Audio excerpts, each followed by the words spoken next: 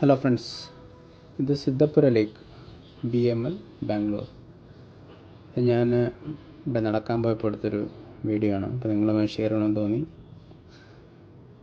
കണ്ടില്ലേ, നമ്മൾ പ്രകൃതിയിലോട്ടങ്ങ് ഇറങ്ങണം, എന്നാലേ നമുക്ക് ആ ഒരു സുഖവും സന്തോഷവും സമാധാനമൊക്കെ കിട്ടുള്ളൂ അല്ലേ. അപ്പോൾ ബാക്കി നിങ്ങൾ കാണും. Thanks for watching.